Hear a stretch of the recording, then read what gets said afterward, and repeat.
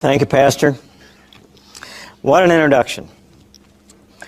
Well, let's go back to the beginning, at least the beginning of what we now call Planet X. Spring of 2002, I had two individuals, a couple of friends of mine, approach me. My friend Tom, who's a pilot and an aircraft mechanic. My friend Ron, who's a veteran of the peacetime army in Germany during the 1960s. Both these men are independent researchers, and they started telling me about Planet X and this book titled Blindsided by Mark Hazelwood. Mark did something that most authors won't do. He put evidence in the book that conflicts with his own value system. Most New Age authors, for example, won't have anything to do with the Bible, and most Bible scholars won't have anything to do with New Age information. But Mark Hazelwood included both, including historical evidence, archaeological evidence, fossilized evidence, geological, astronomical, biblical, psychic evidence, and last but not least, a lady who claims to talk to aliens. Now, that was a bit too much for me. However, I read the book, and I know documentation when I see it. I know evidence when I see it. Now, for a homicide detective, evidence is something you can put a blue evidence label on, mark it, and hand it to the court clerk as evidence. And much of what he had in the book is good evidence, well documented, that you can go back and find the original source material. So despite the lady who claimed to talk to aliens, who, by the way, gave her a date of the closest passage, that date being June of 2003, I continued my research, and I went deeper and deeper into the topic of Planet X. You heard in the introduction, I've been looking at Planet X-related matters since 1980.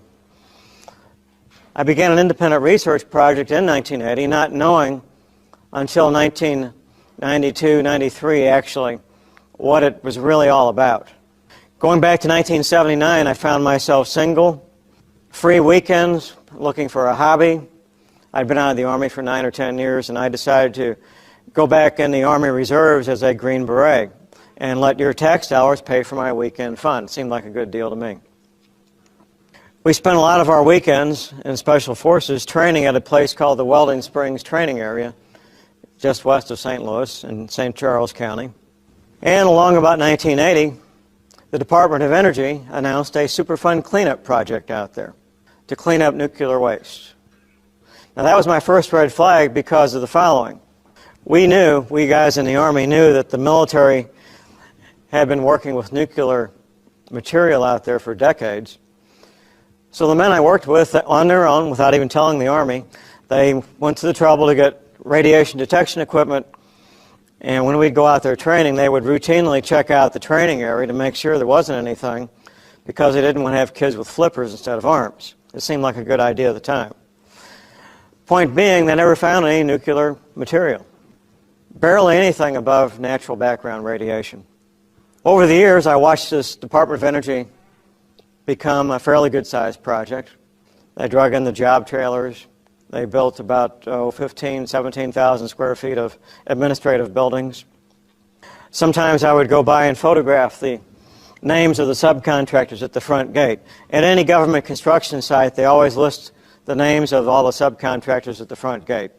One name happened to catch my eye one day, Worldwide Telecom. I didn't recognize that as a local business. So I submitted a Freedom of Information Act request to the Department of Energy, the contract specifications for Worldwide Telecom, along with 2 other requests for an engineering firm and a survey company. A few weeks later, I get a response back in the mail. The contract specs for the engineering company and the survey company, and a letter denying that Worldwide Telecom was even a subcontractor out there. And that kind of got my attention, so I went to a friend of mine who I thought might know who these people were. And he says, John, here's the deal. Now, this is in St. Louis. He says, so, first of all, they're headquartered in New Jersey. If you were going to build a brand new Pentagon, these are the people you would hire to put in the telecommunications. So that brought up even more questions. Under another Freedom of Information Act request, I asked how many phone lines they had out there at this construction site. The answer came back a couple of weeks later, 500 telephone lines. That sounded a bit large to me, so I talked to some contractor friends of mine, engineers who had spent 30 and 40 years in commercial construction, asking them what the largest number of phone lines they ever saw at the biggest construction site in their 40-year career of working commercial construction work, things like Boulder Dam and so forth. 50 phone lines at the largest construction site they ever saw in their 40-year career. Over the years, I interviewed different men who were working there, surveyors. I found out that everything was compartmentalized. They'd bring in one crew of surveyors to do a little section, another crew for over here from a different company, and a third and a fourth and so forth. Compartmentalized. I interviewed an engineer that worked out there. This was just fairly recently. And she was telling me, she's an electrical engineer. She couldn't understand the level of confidentiality and secrecy at a no big deal construction site. How there were certain areas that were completely off limits unless you had a certain pass and a certain badge. I talked to a man who was working on concrete out there. He said, "John, I never in my career put titanium flakes in concrete before."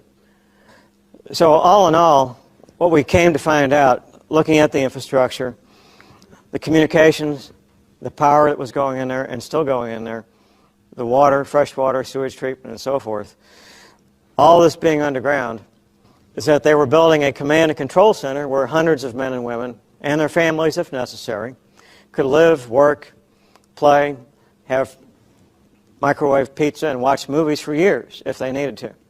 A very large, self-contained complex. I knew that quite a long time ago, but I couldn't make the connection. It appeared to be very military on one hand, but it wasn't the military. So it was kind of a big question mark. What I did come to learn, however, is that Superfund cleanup projects amount to a bottomless pit of unaccountable money. There's very few people that understand the technology of cleaning up nuclear waste. Very few.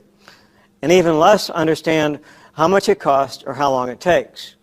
The attitude of the congressman appropriating the money is, how much money do you need? Do you need another 10 million? How long will it take? Take as long as it takes. We want this stuff out of here. No matter how much it costs or how much it takes, we will give you as much money as you need. That's the attitude of the public and Congress when it comes to cleaning up nuclear waste. And that's what they did out there, was spend millions and millions of dollars. We have any veterans of the U.S. Navy in here? Well, the military in general is a subculture of our American culture. And of course, the Navy is a subculture. However, there's another subculture, and that's the U.S. Navy Submarine Corps. Now, every man who's ever set foot in a submarine as a crew member, whether he's the lowest ranking, least experienced, newest guy on the ship, has the IQ to be an officer. It's a very select group of men. That's not done in very many units. Special Forces happens to be another one. I happen to know two men who served with the United States Submarine Corps. One of them since 1979. I was having lunch with him last summer. I was telling him about Planet X, and he's telling me about the Ross Ice Shelf, ROSS, the Ross Ice Shelf in the Antarctic. And he's telling me about a physics class, a classified physics class taught by a Navy officer over 20 years ago. The Navy officer is now an admiral. What the U.S. Navy was telling the Submarine Corps more than 20 years ago is what will happen when the Ross Ice Shelf and the rest of the ice at the Antarctic melts. That the ocean levels will rise 14 to 32 feet. And it won't be like a bathtub filling with water. There'll be violent storms accompanying the rising ocean levels. I was telling him about Planet X, as I mentioned, and it wasn't until the next day that I realized we were both talking about the same thing. That he was talking about an effect, and I was talking about a cause. There has to be a trigger to cause this ice to melt. And I believe now we know what that trigger is. More recently, I recalled a map that a patient of my wife had showed me, going back 14 years or so. My wife, a chiropractor, has a lot of patients. One of them brought in this map that was prepared by Gordon Michael Scallion, a map that was alleged to be what North America looks like after these waters come up and land has raised and land has sunk beneath the ocean. At the time, I looked at this map and I thought to myself, This is a very nice, full-color fantasy, and this lady needs a tinfoil hat real bad. That was my thought. I didn't have anything else to correlate it to. More recently, however, I remembered this map, and I looked it up on the internet, a small version, about 4 by 5 inches, and I emailed it to my friend in the Submarine Corps. However, I remembered this map, and I looked it up on the internet, a small version, about 4 by 5 inches, and I emailed it to my friend in the Submarine Corps. He emails me back, and he says, John, it's pretty accurate. It's just about exactly what the Navy told us this is going to look like, except most of Wisconsin's gone, according to the Navy, and it's not on this map. Now, this map shows large portions of the United States being underwater. Parts of the East Coast, about half of Florida, most of Louisiana, an inland sea, according to both the Navy and my friend, stretching from the Great Lakes to Hudson Bay, uninterrupted. Mississippi River, coming up from what used to be New Orleans, almost up to Memphis, 5 to 10 times wider than it is now. A couple of months ago, I was lecturer at a college class, along with another gentleman who spent 20 years in military intelligence with the Air Force. This gentleman did a 3-year tour of duty with the Submarine Corps. Dinner afterwards, and I bring up the topic of the Ross Ice Shelf. His wife's sitting next to me, and he starts telling me about what he knew about the Ross Ice Shelf, basically parallel to what my friend told me a few months previously. Then his wife pipes up and says, well, when it came time to retire, the gentleman was working in the Pentagon. They could move anywhere in the United States. They'd been a military family for 20 years and were used to living all over and had friends literally all over the country. When it came time to pick their retirement home, they specifically picked the Missouri, Arkansas Ozarks because of the altitude and because of what the U.S. Navy told them about rising waters. My friend also, that I had lunch with last year, he also picked the Arkansas Ozarks because of what the U.S. Navy told him in classified briefings about rising water. Being on the road the past week, I've bumped into a number of people who know the zip codes, just because they sell insurance, for example. A lot of records are kept by zip codes. And there is a noticeable increase of military retirees living in the zip codes that comprise the Missouri, Arkansas Ozarks, especially Navy veterans. For those who need a little more evidence they can get their arms around, the Pentagon issued a report in October 2003. I need to read this to you because you can't possibly memorize something as convoluted as this. It's titled, An Abrupt Climate Change Scenario and Its Implications for United States National Security, October 2003, commissioned by the United States Defense Department, authored by Mr. Schwartz and Mr. Randall. What these authors say in this report is that global warming should be taken out of the area of being kind of a routine scientific debate and put in the area of a clear and present national security matter. That abrupt climate change may occur in the not-too-distant future, not decades in the future, in the not-too-distant future, causing longer, harsher winters in America, massive droughts turning farmland into dust bowls, and forest. Now you may say to yourself, John, it sounds like you're talking about global warming. You might recall that global warming became an issue about 1985.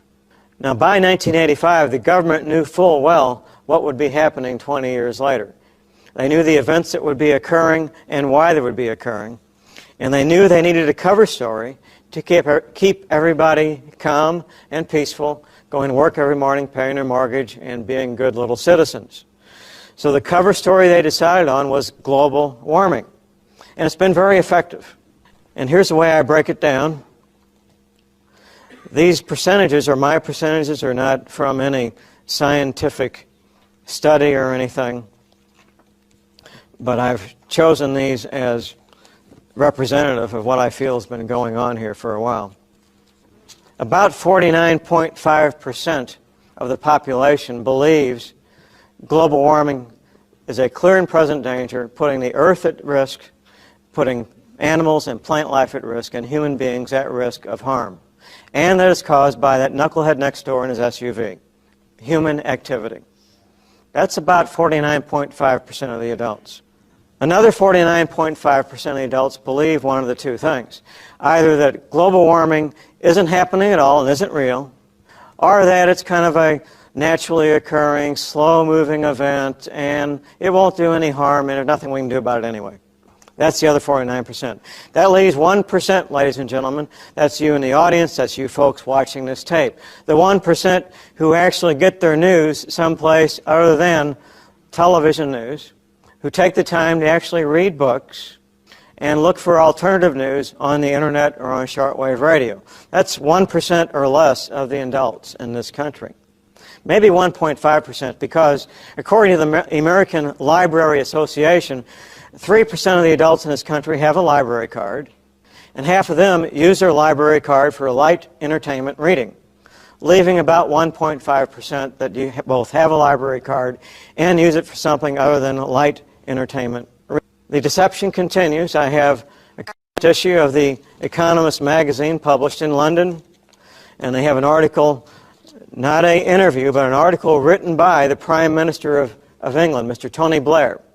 You might imagine that if you're the Prime Minister of England and you're writing an article that's going to be published in the most respected magazines on the planet, it's going to be edited, reviewed, and reviewed for content, for legality, for scientific accuracy, and of course for grammar. This temperature rise has meant a rise in sea levels. Current tense. England is talking about sea levels rising right now, because they are rising right now.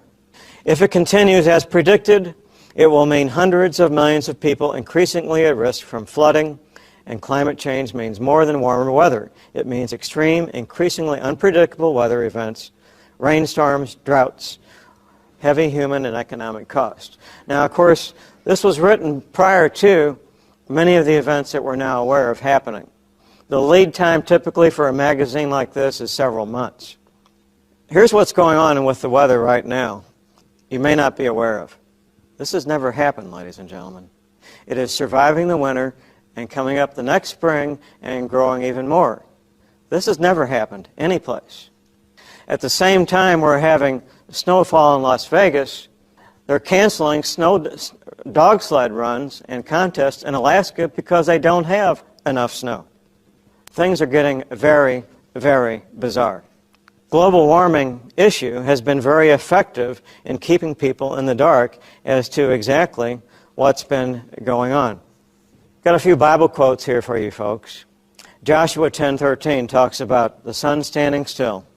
Now, up until fairly recently, and I mean within the last 55, 60 years, since about 1950, how the sun could possibly stand still.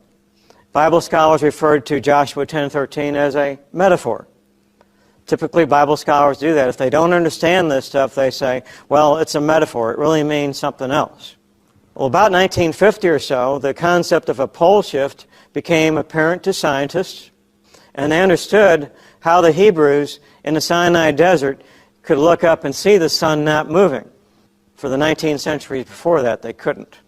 If you were standing at the right place on the planet and the pole was to shift, the sun would have the appearance of standing still in the sky.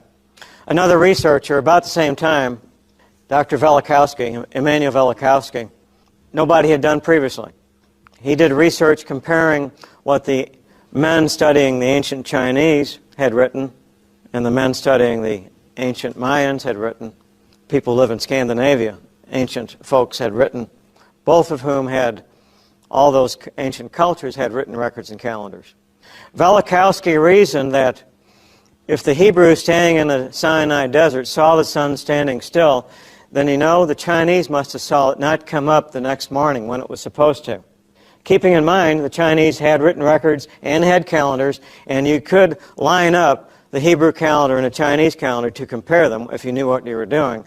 And guess what, ladies and gentlemen? On that date in history, when the Hebrews in the Sinai desert saw the sun stand still, the Chinese saw the sun not come up. The Bible means what it says, and it's 100% accurate. Exodus 16:31. Now, this all happened shortly after Moses made his exodus. The Hebrews in the Sinai desert would wake up every morning, and they would find substance of a certain color, of a certain substance, and a certain taste lying on the ground that they could pick up and eat. As it turns out, Other cultures who had written records and calendars all left written records attached to the same dates, where every morning they could go out and pick up a substance of the same color and the same consistency and the same taste and eat it in China, in South America, and in Scandinavia. What we believe manna from heaven was carbohydrates in the atmosphere that would condense when the sun hit it. It would fall to ground, and you could pick up and eat it. Once again, the Bible being verified by other written records all over the planet of that same substance being there. Isaiah 24:1. Behold, the Lord maketh the earth empty, and maketh it waste, and turneth it upside down, and scatter abroad the inhabitants thereof. That sounds like a global earthquake to me. That sounds like a very good description of a global earthquake. Isaiah 24:20. The earth shall reel to and fro like a drunkard, and shall be removed like a cottage. Once again, ladies and gentlemen, what appears to be an excellent description of a very large global earthquake. Right there in the Bible, waiting for you to read it and look at it yourself. When I first heard this story about Planet X, and I read Hazelwood's book, one of the first things I did was approach a friend of mine who has privileged access to certain government agencies. And I said, "Can you check this out? I'd appreciate it." He said, "I never heard of it, but I'll check it out." He got back with me a couple of weeks later, and he says, "John, it's a real thing. They've been watching this thing for more than 20 years. It's out there. They got the Hubble watching it. They got all this instrumentation keeping track of it.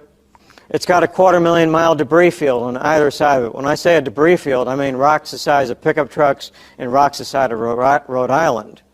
Big rocks and little rocks. It's traveling in a cloud of red dust, which means when we finally are able to see it, it'll probably duplicate what was seen by ancient peoples as being a red cross in the sky.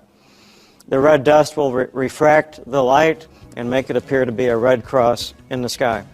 Both my private sources and NASA that Planet X is 3 to 5 Earth masses large. Sun, moon, and the stars. About 1979, they sent the Pioneer space probe looking for this thing, and here's why. Astronomy uses a lot of instrumentation. They use telescopes in the visible light spectrum, telescopes in the infrared light spectrum, telescopes in the ultraviolet light spectrum, and radio telescopes. They take all this imaging, and this is where astronomy gets down to what's really important, that's mathematics. They use mathematics to determine how big these objects are, how far away they are, how fast they're traveling, how far apart they are from each other.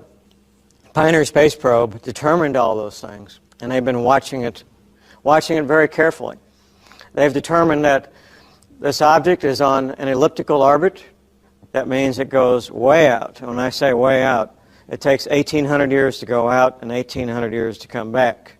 That we're used to, Neptune, Saturn, and so forth, they make more or less a circular orbit.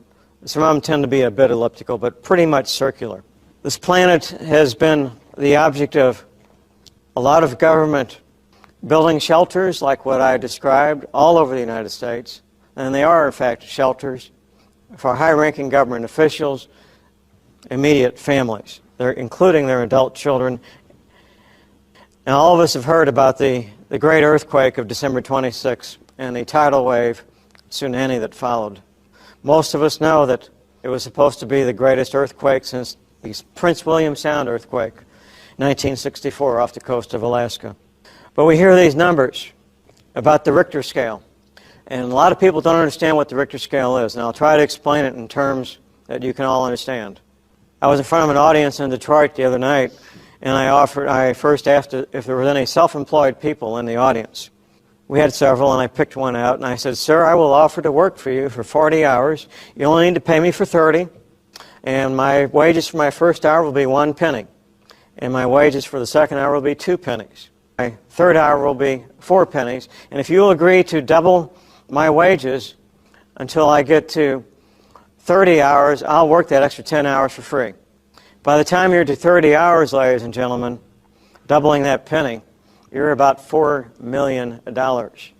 It's a logarithmic scale. The Richter scale is a logarithmic scale.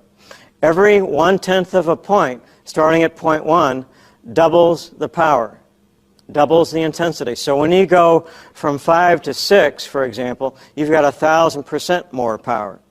5.1, 5.2, and so forth. What happened on December 26 literally shook the planet. Some scientists made the reference that it rang the Earth like a bell. There's been some speculation that it may have been man-caused. However, it was predicted by at least 2 sets of scientists I know of. Some Indian scientists predicted the earthquake several days before it happened based on a modality involving planetary alignment. And a gentleman named Stan Deyo predicted the earthquake on December 23rd based on his observation of ocean temperatures. Now, anybody can do this. There are sensing devices in the oceans all over the planet. They feed into satellites. They feed into the internet. You can sit in the comfort of your home and do this any place you have internet access. He saw something in his 9 years of research he'd never seen. He saw all along that 600-mile fault drastically increasing temperatures on one side of the fault, drastically decreasing temperatures on the other. It is denser and therefore more heavy. When he saw that temperature difference along that fault, that's when he issued his warning, because he knew that was probably going to trigger an earthquake. And of course, it did. I need to explain a little bit more about what Planet X is. We've kind of been dancing around the topic here a little bit. Every 3,600 years, which has both the characteristics of a planet and the characteristics of a comet, comes through our solar system. It's well documented in the Bible, fairly well documented around the time of Moses' exodus out of Egypt. The following things, all of them can happen, or some of them. Global warming, melting polar ice, rising ocean levels, possibly a pole shift, drastic climate changes, storms with torrential rains, 200-mile-an-hour winds, meteor strikes, volcanoes, earthquakes, tidal waves, land masses rising from the ocean, land masses sinking from the ocean. And I'm going to go over some of these things in detail. Power grids being shut down, satellite communication disruptions. We know that because of the solar activity. Now, to a certain extent, we're already seeing most of these things already happening. There's little doubt that global warming is now taking place. I think even the strongest doubting Thomases now believe that is the case. I was reading in the Smithsonian magazine recently about a small island nation that is losing a lot of square feet almost every day due to rising ocean levels. Meteor strikes. Apparently there's been a lot more of them through history than we were ever aware of. I'm a Missouri resident, and I managed to live 55 years without knowing we had a 12-mile diameter meteor crater in Missouri, which just happens to line up with a whole string of meteor craters. If you start at the meteor crater in Arizona, that's the old Route 66 tourist attraction, and connect the dots, connect the meteor craters, they string all the way across the United States. Fairly large meteor craters.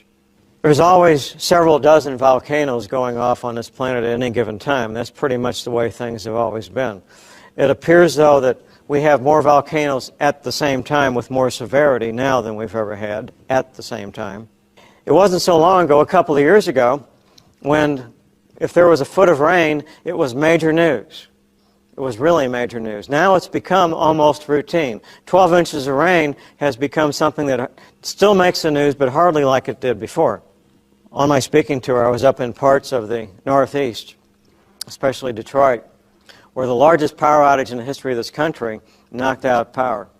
The government's explanations got to the point where nobody was trusting or believing what they said. First they said it was Canada was the reason. Canada let us know real quick that they weren't the reason. Then they said it was a squirrel. Then they said it was a stick. Then they said something happened in a power plant in Ohio. And I don't think we still know to this day exactly why the power went out to all those millions of people. We do know, however, solar activity, solar flares, can knock out power grids. That's well documented that they can do that. We need to talk a little bit about Alaska. I was just reading a New York Times article. It's been published several years ago, back in 2002. And the details, as they say, is where the devil is. The details are in the devil. The engineers that are in charge of maintaining the Trans-Alaska pipeline, 800 miles long, they're having to do a lot more work these days, and I'll explain why. There's a term that the Alaskans are using now called the referring to the trees up there frequently as the drunken trees. As the permafrost is melting, the roots of these trees go down to the permafrost and they stop. Now with the permafrost melting, the trees are toppling over, and the natives are calling them the drunken trees. Which brings us to the Alaskan pipeline and the entire man-made infrastructure in Alaska. Every man-made structure in Alaska, whether it's the pipeline or buildings, telephone poles, were all built with the underlying engineering principle that the permafrost would always be, as the name implies, permanently frozen. Now that the permafrost is melting, the entire man-made infrastructure up there is at risk. People are having to buy jacks to put on their house because the foundations of their homes are collapsing. Roads are becoming like Six Flags rides. The pipeline has to have continuous surveillance and re-engineering and new concrete being poured and piers being put down to where it finally is solid, because the entire Alaskan pipeline was built on top of the permafrost. That's what engineers knew. That's what they were told, and they had no reason to believe otherwise, that the permafrost would be anything other than permanently frozen. Rising ocean levels. So what's the big deal, John? Here's the big deal. 80% of the people on this planet live within 100 miles of an ocean. The closer you get to the water, the denser the population. Some areas you can go for miles and miles and miles from the water and still not be very many feet above sea level. Pastor mentioned in his introduction, parts of Florida are 55 feet above sea level. Most of Florida isn't. The part above sea level, 55 feet, is not very much of Florida. What's at risk when the ocean levels rise is the infrastructure that has the port facilities for ocean-going ships, the ships that move the bulk loads of corn and wheat and soybeans, the ships that move the bulk petroleum products and the coal and the lumber and the iron ore, all the things that modern society needs to function. The port facilities are at risk of being damaged or destroyed. The infrastructure that supports all these people, the potable water facilities, making fresh water, telecommunications, the power grid, natural gas, the roads, all that infrastructure is at risk of being damaged or destroyed if and when the ocean levels rise. I mentioned the Ross Ice Shelf a few minutes ago. There used to be a couple of other ice shelves out there. Larsen A, that's Larsen, A as in Alpha, Larsen B as in Bravo. I know a lot of people watching this tape have seen the Hollywood movie, The Day After Tomorrow. The opening scene in The Day After Tomorrow, they've got an American flag at this Antarctic Research Center. I had to watch the movie the second time before I saw this. There's a subtitle superimposed on the flag, and I didn't catch it because it was only flashed for about 8 seconds. It said Larsen B Ice Shelf, superimposed on the American flag. The opening scene is the Larsen B Ice Shelf breaking away from the Antarctic continent and drifting off into the ocean. That really did happen, ladies and gentlemen. That's real science. And up until a few days ago, when an even larger iceberg broke off, the largest ice shelf ever to break away. It, of course, was attached to the Ross Ice Shelf. The Ross Ice Shelf is about 265,000 square miles. That's about the size of Texas. It rises above the ocean 600 to 3,000 feet. The Antarctic continent, ladies and gentlemen, has approximately 70% of all the fresh water on planet Earth locked up in ice. Thousands of feet thick. And it is melting, and it's melting from underneath. Ladies and gentlemen, I already explained what the is, and that's to build shelters to take care of their own people. These shelters have been built all over the country. However, there's more to that you don't know. Apparently, the United States Navy has built undersea cities. My friend told me about this last August while we were having lunch. And then while I was having dinner with this other veteran of the Submarine Corps, this intelligence officer, I brought up the topic, and I'm talking to my friend, the college professor sitting next to him, about these undersea bases, undersea cities where hundreds of men and women can live and work and be comfortable. Well, the former intelligence officer is just kind of eating his pasta and keeping quiet, and finally he looks up and he says, you know, let's move on to a different topic, however, and that would be now when I first heard about this, I didn't make the connection. When I found out about the second piece of information, everything else fell into place. There's something called the Vatican Observatory Research Group, and they operate something called the Vatican Advanced Technology Telescope. Now that's a mouthful. Located at Mount Graham International Observatory in southeastern Arizona. I spent most of my life thinking that the Catholic Church was involved in saving souls, running Mother Teresa, helping the people over there in India, that kind of thing. It never occurred to me that the Vatican would be so interested in astronomy that they would go to the time and the expense of building and manning a professional. It's sort of like the Marine Corps selling used cars. I mean, you know, it just doesn't fit. It's not part of their mission statement. But we need to remember, ladies and gentlemen, that the Vatican is a foreign government. They have their own postage stamps. They have their own bank. They have a defined territory that's their country. And without a doubt, the Vatican has an intelligence service, and they have vaults full of documents going back for nearly 20 centuries, at least 17 centuries, full of documents from all over the planet that they've acquired. Back in 1999, an engineer friend of mine, radio frequency engineer, was retained by the Sisters of St. Agnes in St. Louis. Now, this is a Catholic order, and for several $1,000s a month, you will be well cared for. It's a very nice place. My friend, the RF engineer, radio frequency engineer, this is the kind of guy that you could hire to come in and set up a 50,000-watt commercial radio station. He really knows his stuff. The contract with the Sisters of St. Agnes was to two-way radio communications at this facility in St. Louis to talk to the Vatican in Rome halfway around the planet. Now, we're not talking, ladies and gentlemen, about 10-4 Good Buddy CB equipment here. We're talking professional-grade military communications equipment that is for serious people that want to do serious communications. Now, of course, you would have to have the exact, or they couldn't talk back and forth. At the same time, he found out that Sisters of St. Agnes purchased real estate in the Missouri Ozarks, built a building out there with food. Point being, ladies and gentlemen, the Vatican Church, like any large organization, will attempt to take care of their own people to the best of their ability. That's just the way big organizations work. It doesn't matter whether it's the U.S. government, IBM, or the Vatican. All large organizations want to care for their people to the best of their ability. And to my satisfaction, that is the Vatican's. At the time we thought, keep in mind this was 1999, we thought this was Y2K related. Nothing else made sense. But now, putting two and two together, we're getting four. You put the Vatican, all this equipment for communications, and spending the money to set up a professional observatory in Arizona. And of course, what do you have? You have preparations for Planet X. Nothing else. In passing, I've mentioned a pole shift several times.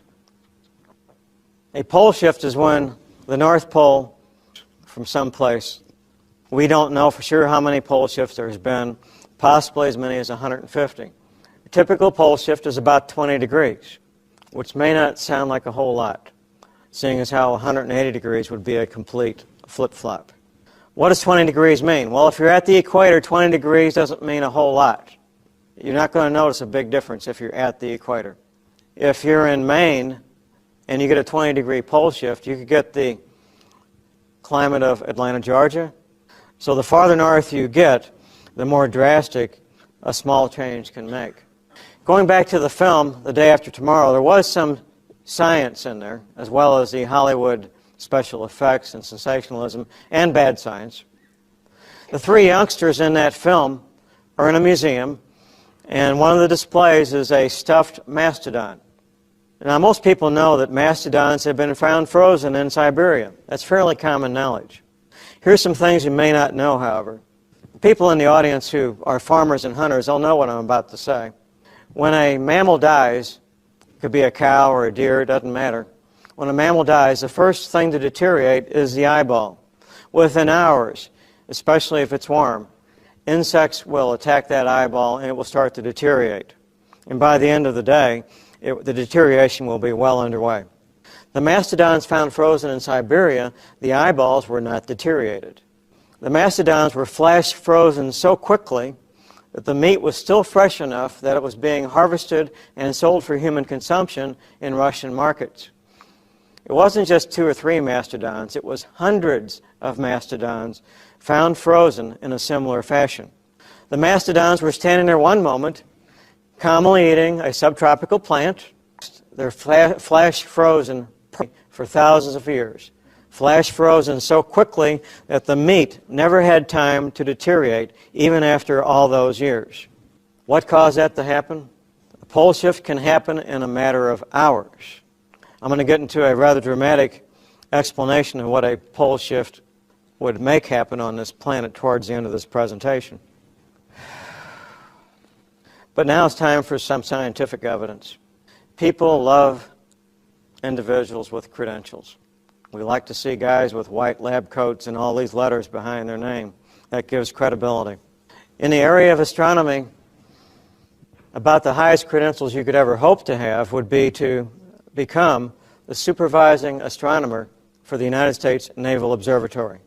I became aware of an interview with that very man back in 1990, Dr. Robert Harrington, who at the time he was interviewed, and the interview was tape recorded, of course, videotaped, August 30th, 1990, at the time of the interview, in his office at the United States Naval Observatory, he was the supervising astronomer. Now, there's lots of astronomers. In fact, there's children that got telescopes and look at stars. And there's high school teachers that got telescopes and look at stars. Lots of amateur astronomers that have some ability and some knowledge. Your local paramedic knows how to stop bleeding is one level of expertise. The man who teaches heart transplants at Harvard University is another level of expertise when it comes to stopping bleeding. Both men know how to stop bleeding, but drastically different credentials.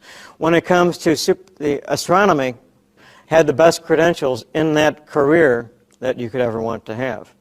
The interview was recorded and is on a DVD titled Are We Alone in the Universe? Most of the DVD, Zecharia Sitchin.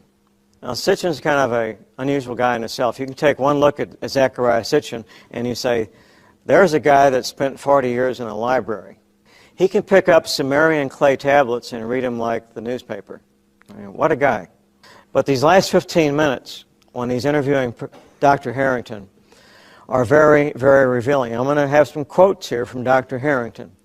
We've been looking for this thing, the 10th planet, for 12 years, since 1978. We predicted the existence of the 10th planet in 1978. Now, ladies and gentlemen, when the supervising astronomer for the United States Naval Observatory tells you there's a 10th planet, I think you better well be paying attention. Quote Dr. Harrington, if it turns out to be on a 3,600-year orbit, he didn't know the length or the exact structure of the orbit at that time. Professor Harrington again, he believes it has a mass, quote-unquote, a mass of 3 to 5 times the mass of Earth. Dr. Harrington again, perfectly capable of supporting life forms of one kind or another. Dr. Harrington goes on to show a diagram of what he believes to be the elliptical orbit of planet X. Not long after this interview in 1990, Dr. Harrington announced that he was going to pack up his telescope and go to the Antarctic and look for planet X. Not long after that, it was announced that he had a fast-acting form of cancer, and he was dead in about 90 days. March 1992 press release from NASA. Unexplained deviations in the orbits of Uranus and Neptune point to a large outer solar system body, 4 to 8 Earth masses on a highly tilted orbit beyond 7 billion miles from the Sun. They went looking for this thing, and they found it. They used their mathematical calculations to determine where this object should be out there, and they sent the Pioneer space probe looking for it, and they found it. Now, NASA's been playing games with us, ladies and gentlemen, for a lot of years here. Sometimes NASA is referred to as never a straight answer, and I think with good reason. I mentioned Dr. Velikovsky a couple of times. Dr. Velikovsky was a medical doctor. He's been deceased for quite a while, probably more than 20 years. He started writing his books about 1950, Earth in Upheaval. I have here in front of me a photocopy of one page of one book. Now what this one page does is summarize hundreds and hundreds of reports and facts and figures of what happens during a pole shift, based on real research by real scientists, based on digging up evidence that demonstrates what happens during a pole shift. This one page but it paints a very good word picture as to what would happen. Let us assume, as a working hypothesis, that under the impact of a force or the influence of an agent, and the Earth does not travel in an empty universe, the axis of the Earth shifted or tilted. At that, air and water would continue to move through inertia, hurricanes would sweep the Earth, and the seas would rush over continents, carrying gravel and sand and marine animals and casting them on the land. Heat would be developed, rocks would melt, volcanoes would erupt, lava would flow from fissures in the erupted ground and cover vast. It would spring up from the plains and would travel and climb on the shoulders of other mountains, causing rifts and faults. Lakes would be tilted and emptied. Rivers would change their beds. Large land areas with all their inhabitants would slip under the sea. Forests would burn, and hurricanes and wild seas would wrest them from the ground on which they grew and pile them branch and root in huge heaps.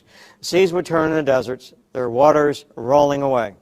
If a change in the velocity of the rotation, slowing it down, should accompany the shifting of the axis, the water confined to the equatorial oceans by centrifugal force would retreat to the poles, and high tides and hurricanes would rush from pole to pole, carrying reindeer and seals to the tropics, and desert lions into the Arctic, moving from the equator to the mountain ridges of the Himalayas, and down the African jungles, and crumpled rocks torn from splintering mountains would be scattered over large distances, and herds of animals would be washed from the plains of Siberia.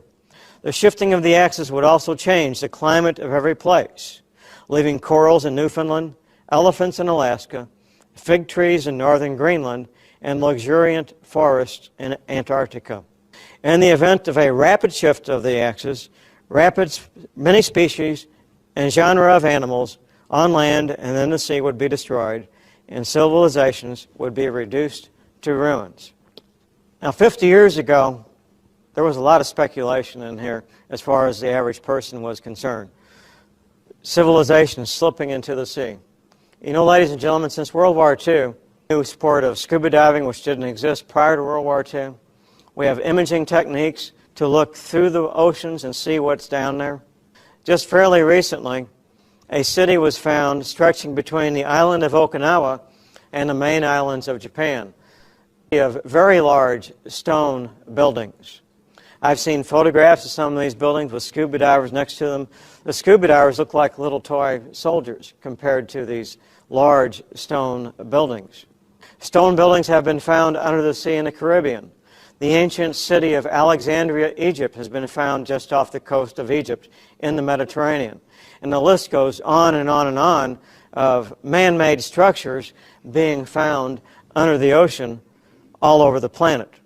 The bones of animals have been found in caves to their final resting place, but apparently crushed and jumbled together under a huge force, most likely water, crushed and jumbled together. You dig down through the permafrost in Alaska that I mentioned earlier, and you do, in fact, find tropical plants. Christopher Columbus, it's been known, had maps when he went on his journey to find the New World. Had maps showing the Antarctic continent. Now, it wasn't until after World War II that we had the imaging technology to see through the ice and tell where the land stopped and the ocean began. Once we had that imaging technology, scientists could prove the accuracy of the maps that Christopher Columbus had in his possession. Maps which were made from much older maps. In fact, similar maps were found on dusty shelves in Constantinople. To understand this issue, ladies and gentlemen, you're going to have to do your own homework. The best living scientist that I know on this topic is Professor James McCanney, MS. The two books I most recommend are Planet X, Comets and Earth Changes, and Surviving Planet X Passage. I highly recommend, in addition, Atlantis to Tesla and Principia Meteorologica, That's a mouthful. The Physics of Sun-Earth Weather. I recommend some other books, but those are the main ones. Weather people have been telling you on radio and TV about the weather is only half the truth. What they'll tell you is that all weather on planet Earth is caused by the sun. What they'll tell you is the sun has become a lot more active, and that is true. What they won't tell you, however, is the reason the sun is becoming more active. There's a vast new source of energy interacting with our sun and causing it to become more active. It's been known for a number of decades.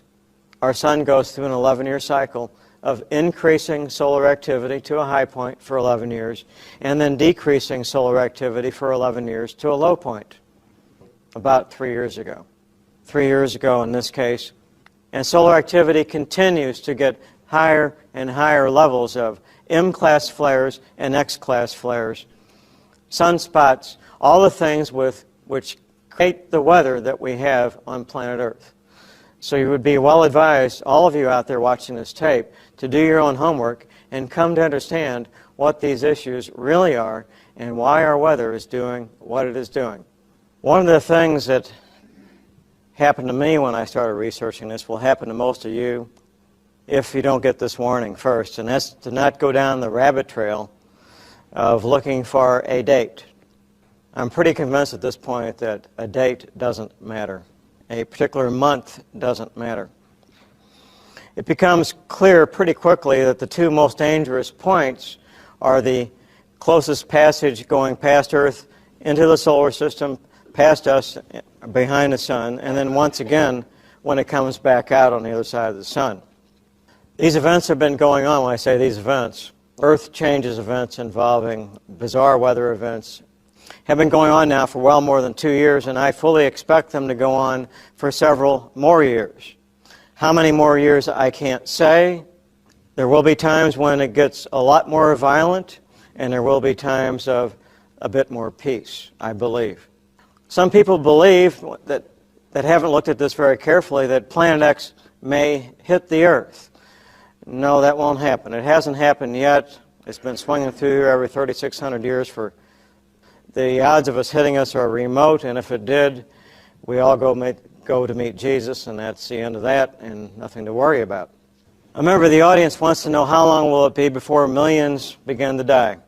What happened on December 26th, the beginning point of that, I've seen numbers ranging from 250,000 to 500,000 dead right now.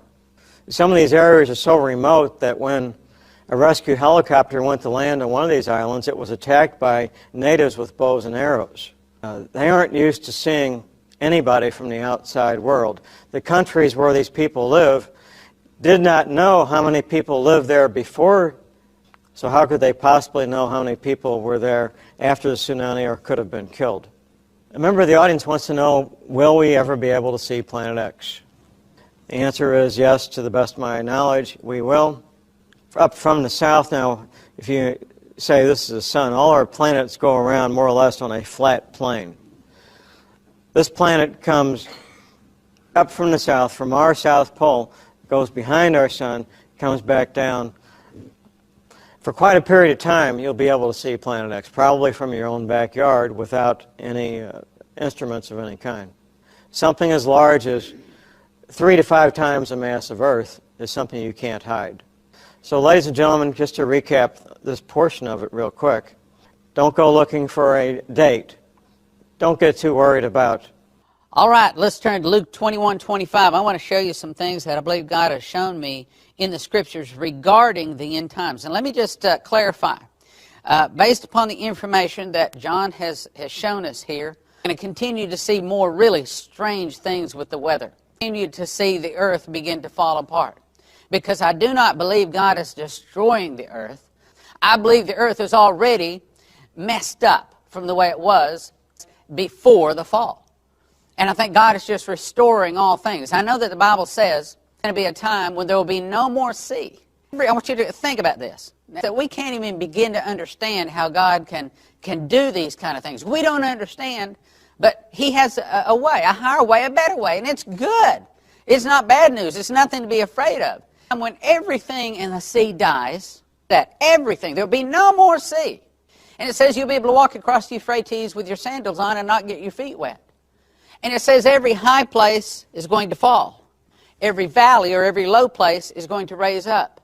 There will be no more sea. In other words, the earth is going to be a perfect ball. I believe it's going to be better than it ever was in the Garden of Eden. It's going to be like a Garden of Eden all the way around the earth. It's going to be perfect once again. As I was starting to say, I don't think that we can say conclusively that there is a planet X. I can possibly see of. Stan, are you saying you believe in planet X? But I know this, something like, but I can say this is going to happen. I can say it's going to be bad for the sinners, and it's going to be good for the kingdom of God.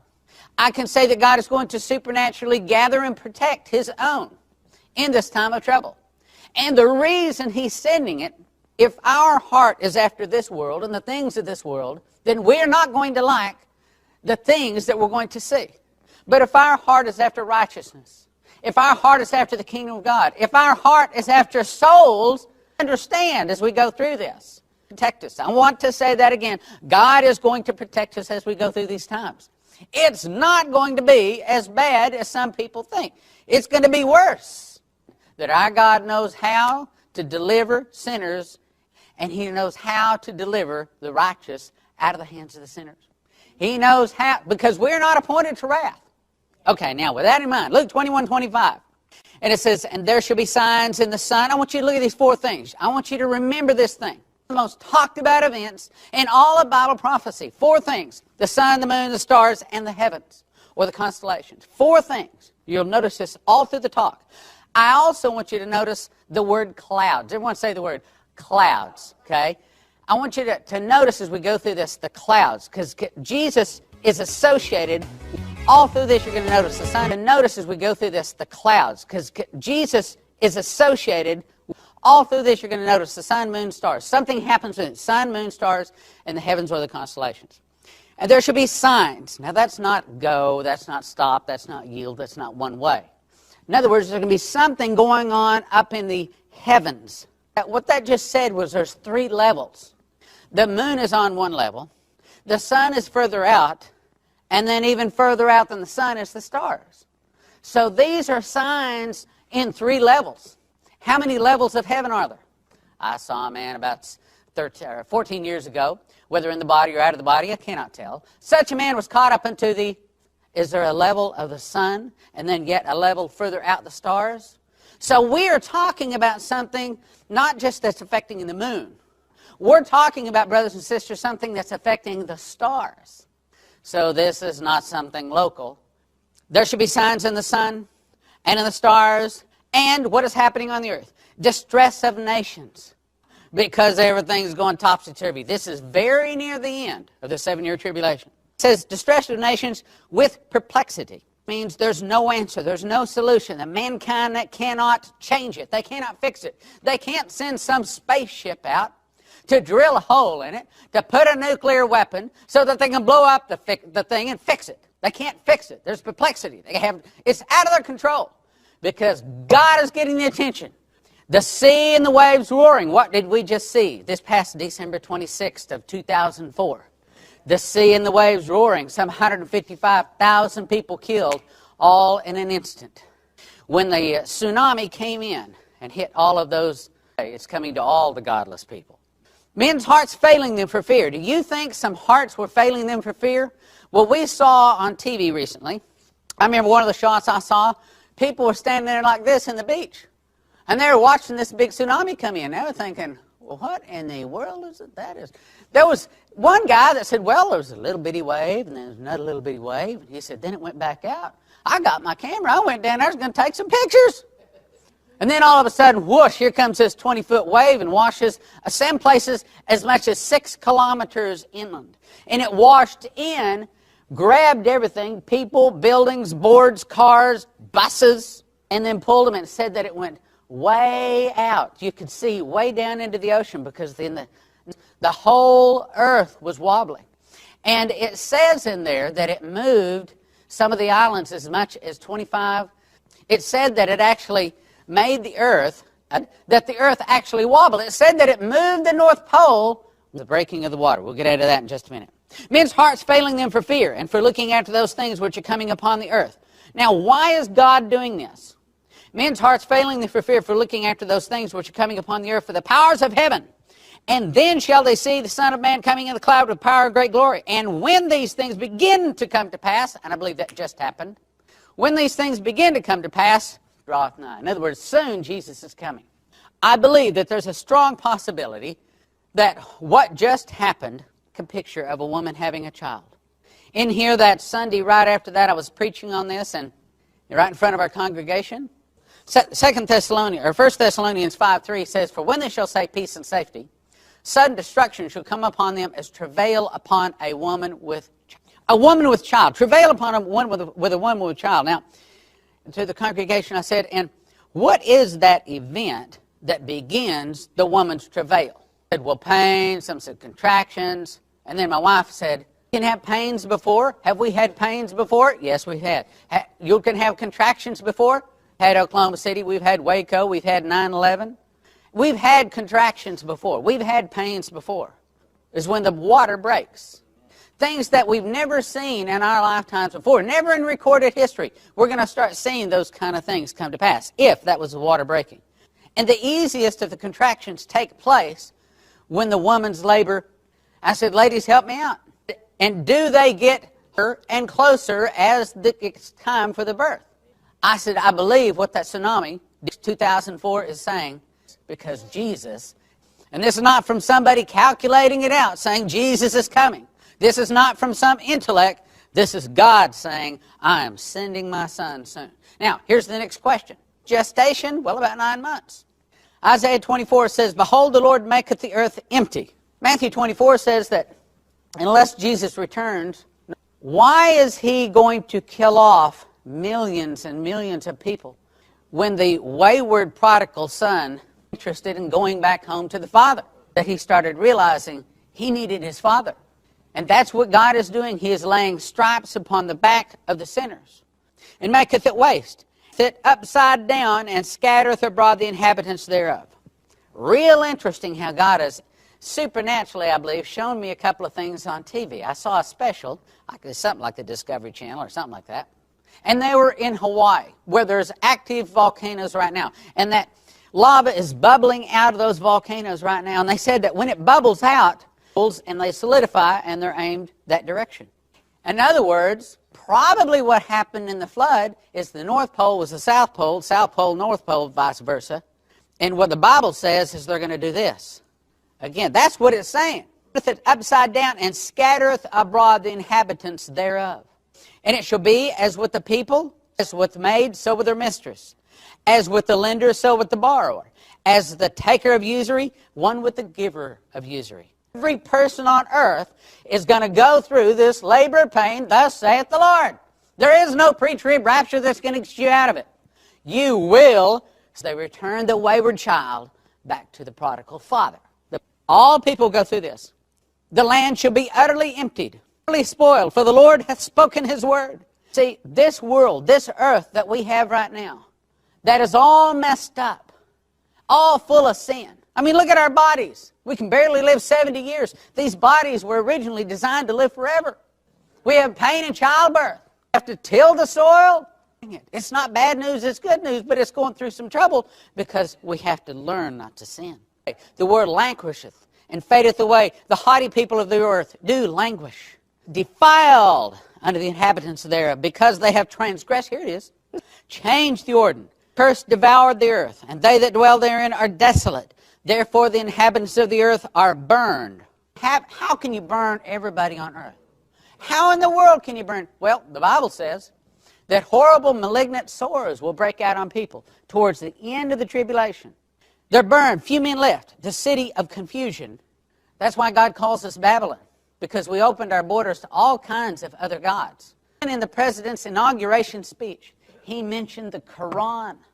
Open, equal. You see, they want all gods to be equal. All pathways to God. No. City council, and I said here in town, they were thinking about coming up and passing a law that you cannot discriminate against gays and homosexuals. And I went down among many of the other, matter of fact, there's 125 people signed up, and I was number 62. said several things, but one of the things I said was, you know, you can go to Saudi Arabia, and I said, I can tell you churches are almost non-existent. There's probably less than in the whole nation. So I only knew of one, and I believe that's one of the most populated cities of the entire world, in Tokyo. I would say this, and this is what I said to him. I said, so if you want to be a Buddhist, if you want to be a Muslim, move to Saudi Arabia. If you want to be a Christian, but if you want to be a sodomite, don't make this nation. Oh, how I wish I could have been there the day that they were writing the Declaration of Independence. Changed had I said, boys, verse 20, Isaiah 24:10.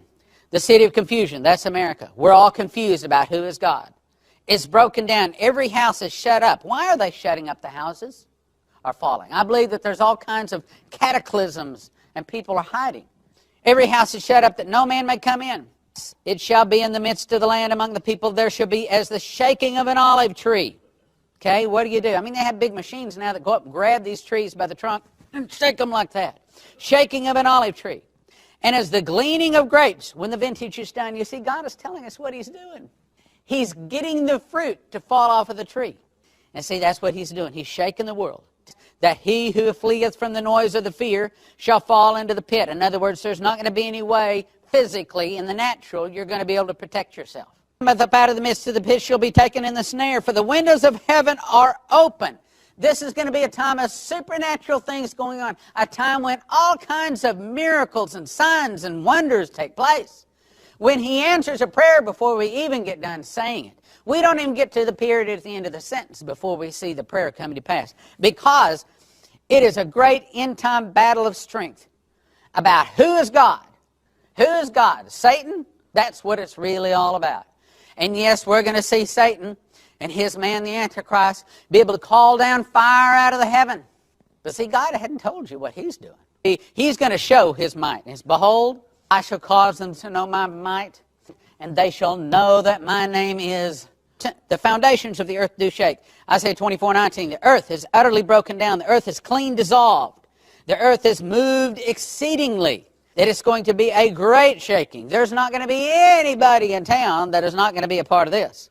The earth shall reel to and fro like a drunkard, and shall be removed like a cottage. Now that word like a cottage means it's going to be wobbling all over.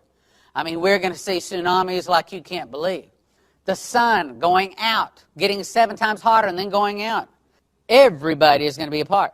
And the transgression there shall be heavy upon it and not rise again. In other words, this will fall and it will not rise again. Then He will make a new heaven. It will come to pass that day that the Lord shall punish the host of the high ones that are on high. In other words, the leaders of the New World Order, the leaders that have corrupted and destroyed the earth. As Henry Groover was shown one of his visions.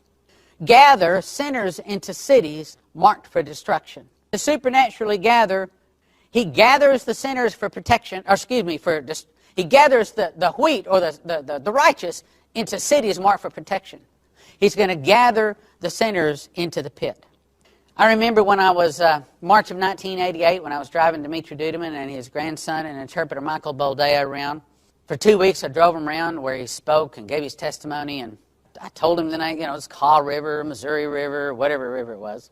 We'd look at the sign. Sometimes we had to even turn around and look at the sign back behind us, see the name of the river. And after a couple of days of this, finally I said, why do you ask the name of the river every time we pass it?